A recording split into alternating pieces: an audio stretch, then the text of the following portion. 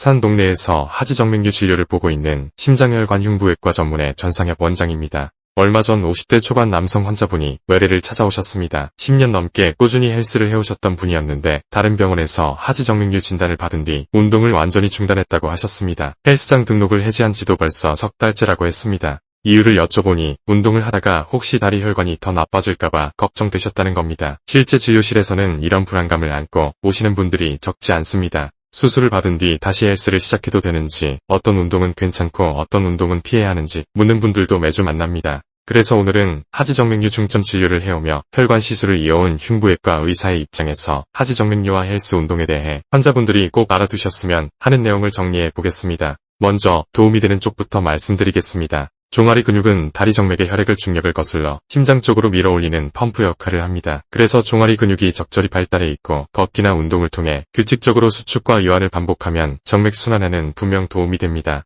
진료실에서 오랫동안 환자분들의 다리를 보아온 입장에서 말씀드리면 종아리 근육을 자주 쓰는 분과 거의 쓰지 않는 분은 증상의 진행 양상에서 차이를 보이는 경우가 많습니다. 다만 중요한 것은 어떤 방식으로 운동하느냐입니다. 예를 들어 스쿼트나 데드리프트처럼 무거운 중량을 다룰 때는 자신도 모르게 숨을 꾹 참고 힘을 주는 경우가 많습니다. 의학적으로는 이런 호흡 패턴을 발살바 호흡이라고 합니다. 이때 배 안의 압력이 순간적으로 크게 올라가고 그 압력이 하대정맥을 압박하면 다리 쪽 정맥압도 함께 상승할 수 있습니다. 판막 기능이 정상인 분이라면 일시적인 압력 변화가 큰 문제가 되지 않을 수 있습니다. 하지만 이미 정맥 판막이 약해져 있거나 역류가 있는 상태라면 같은 자극이 반복될 때 다리 무거움, 붓기, 혈관 돌출 같은 증상이 더 뚜렷해질 수 있습니다. 결국 핵심은 이겁니다. 헬스 자체가 하지정맥류에 무조건 나쁜 것은 아닙니다. 문제는 운동의 종류와 강도, 그리고 숨을 참으며 힘을 주는 방식입니다.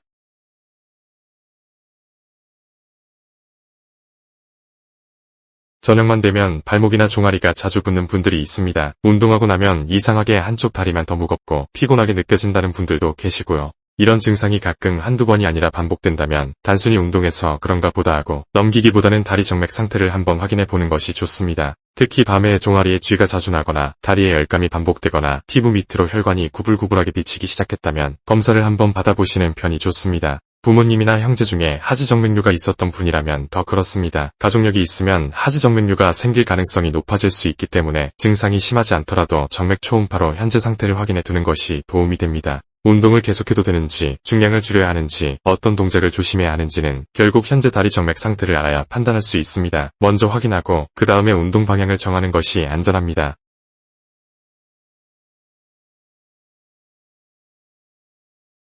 고중량 운동을 고집하다가 증상이 급격히 악화되어 오시는 분들이 적지 않습니다. 반대로 운동 방식을 바꾼 뒤 증상이 오히려 안정된 분들도 많습니다. 중량 욕심 하나를 내려놓는 것만으로도 결과가 달라집니다. 헬스장에서 꼭 지켜야 할 3가지. 첫째, 숨을 참지 마세요. 힘을 줄 때 내뱉는 호흡 패턴을 의식적으로 만드는 것이 가장 중요합니다. 이것 하나만 바꿔도 다리에 가해지는 부담이 현저히 줄어듭니다. 둘째, 운동 전 압박 스타킹을 착용하세요. 압박 스타킹은 만성 정맥 부정 관리 가이드라인에서도 권고하는 보존적 치료법입니다. 운동 중 정맥 순환을 보조하는 데 실질적인 효과가 있습니다. 압박 스타킹 선택 방법과 착용 시간에 대한 내용은 별도 포스팅에서 자세히 다루고 있습니다. 셋째, 운동 후 다리를 심장보다 높게 올리세요. 5부터 10분만 다리를 올리고 쉬어도 운동 중 다리에 고인 혈액을 심장 쪽으로 돌려보내는데 효과적입니다. 이 간단한 습관이 다음날 다리 컨디션을 크게 바꿔놓습니다. 그래서 그 50대 환자분은 초음파 검사 결과 수술이 필요한 단계는 아니었습니다. 판막 기능이 일부 저하되어 있었지만 아직 보존적 관리로 충분한 상태였습니다.